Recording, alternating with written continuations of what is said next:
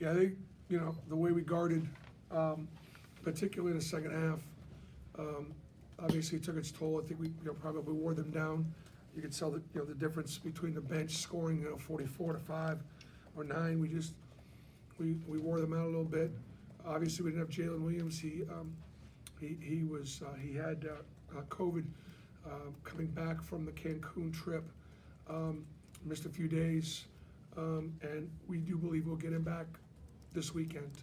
But I thought that Yohan and Chance both stepped up and played effectively, played with more confidence, looked like they belonged, made a difference, made us better. Katie was just really, really productive. Wonderful to see him shoot the ball in rhythm like that. I thought Al had one of his better games too, on both ends of the floor. Played a lot of minutes, and was really productive. Great assist turnover ratio. Led our guards in rebounding, shot great percentage. So, we played well. I'm glad we finally started shooting the ball a little bit.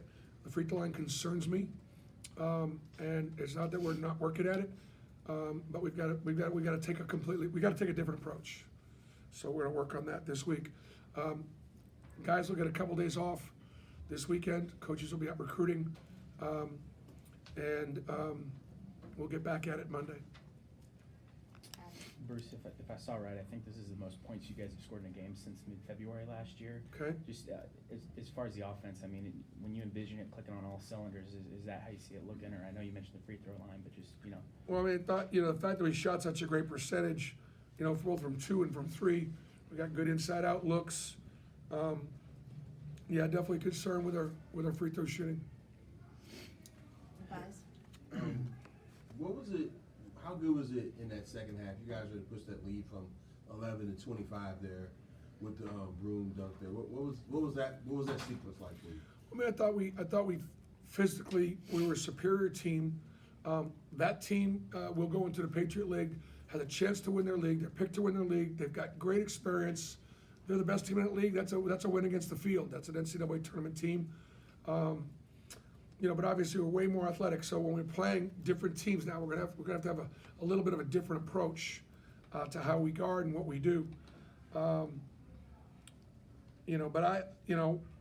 We still, to me, need to finish more around the basket. We still miss way too many shots around the basket. But I was glad to see us get some rhythm threes, and the number of guys should be feeling well about how they're shooting it. Al should feel well. Katie should feel better. Wendell, feeling good how he's shooting the basketball. Yo, was much more aggressive. So. Bruce, was there any inkling or idea to keep Katie out after that knock, considering the lead after halftime? You know what? He was fine. He took a hit in the head. He got his bell rung, but his bell's always rung. So, I'm not sure he could tell the difference. But he was fine. He wanted to be out there.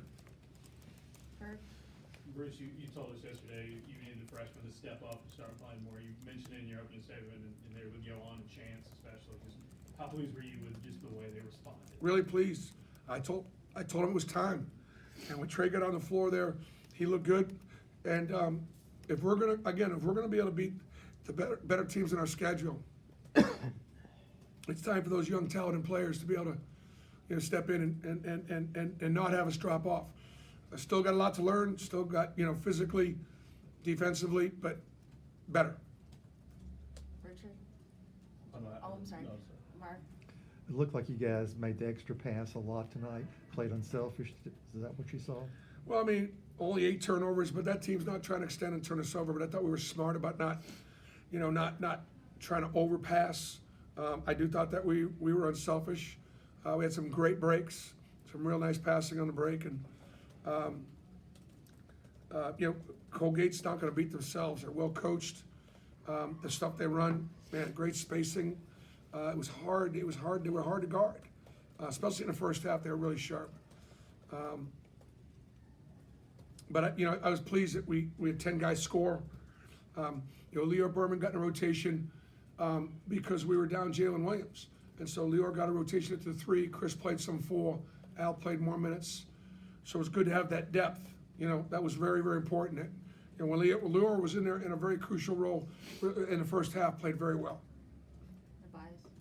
What was it about the point guard or the 2 guard, Brayden Smith? What was? He's athletic, and he's a tough. We were trying to guard him one-on-one because if you come off, they drive, draw, dish. They average 18 assists a game. They only had 11 tonight. So the idea was try to play him one-on-one, and he was able to go by our guys one-on-one. He was athletic and quick, fast, good player. Final question, Alex. Alex Miller with the War Report. Coach, Tucker Richardson, he was their leading scorer for the team seasonally and had been leading in a lot of statistics across the board. Auburn took him well below the season averages. What was in y'all's game plan for how you guys felt like you Well, I just thought that we did a lot of switching, and I just thought our size and our athleticism, our physicality, he's able to overpower a lot of guards that are a little smaller than he is, and our big guards did a nice job of making them score through their chest, I think that was the difference. It's kind of, I think it wore him out. I mean, look, he played 32 minutes. You know, Brayden Smith played 35 minutes. So it was kind of just physically took its toll on him, wore him out.